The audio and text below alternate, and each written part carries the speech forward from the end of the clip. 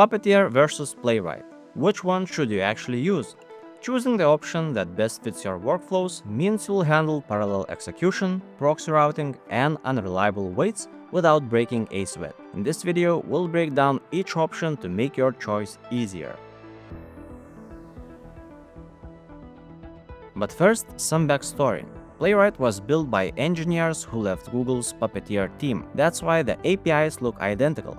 But the decisions they made after the split changed everything for production scraping. Playwright launched in 2020 at Microsoft. It covers Chromium, Firefox, and WebKit through one unified API. And it's not just for JavaScript teams. There are official libraries for Python, C#, and Java. Puppeteer was developed in 2017 by Google's Chrome DevTools team. It's a Node.js library that controls browsers through the Chrome DevTools protocol CDP. It's Chrome first, ships with a browser, and as of version 23, it also covers Firefox. Sadly, WebKit isn't on the table. So what actually matters when you're scraping? First, language support. If your team works in Python, Java, or C#, Playwright is your only real choice. Meanwhile, Puppeteer's Python port Puppeteer is unmaintained. For non-JS teams, this is not even a debate. Second, auto-wait. Playwright waits for elements to be visible, stable, and ready before it acts. Puppeteer doesn't. You write those waits yourself with wait for selector calls. On a scraper hitting dozens of targets, that adds up fast.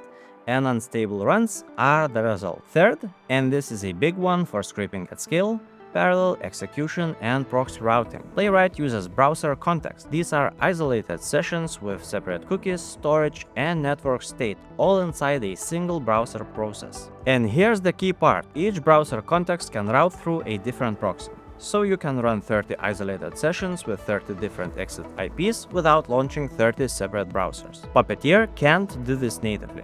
You would need a separate browser process per identity, which eats memory fast. Now here's what both tools won't tell you upfront. Out of the box, both are detectable. Antibot systems like Cloudflare and Datadome will flag them. There are stealth plugins for both, and they help, but they won't get you past enterprise-grade protection on their own. For any real scraping volume, you need rotating residential proxies. That's what keeps your traffic looking like it comes from real users. If you want to skip managing all of that yourself, Decodo's web scraping API handles proxy rotation, captchas, and browser fingerprinting. The link is in the description. So which one should you use? Go with Puppeteer if your pipeline is Node.js only and Chrome or Firefox is enough. Use Playwright if your team works in Python, Java, or C#.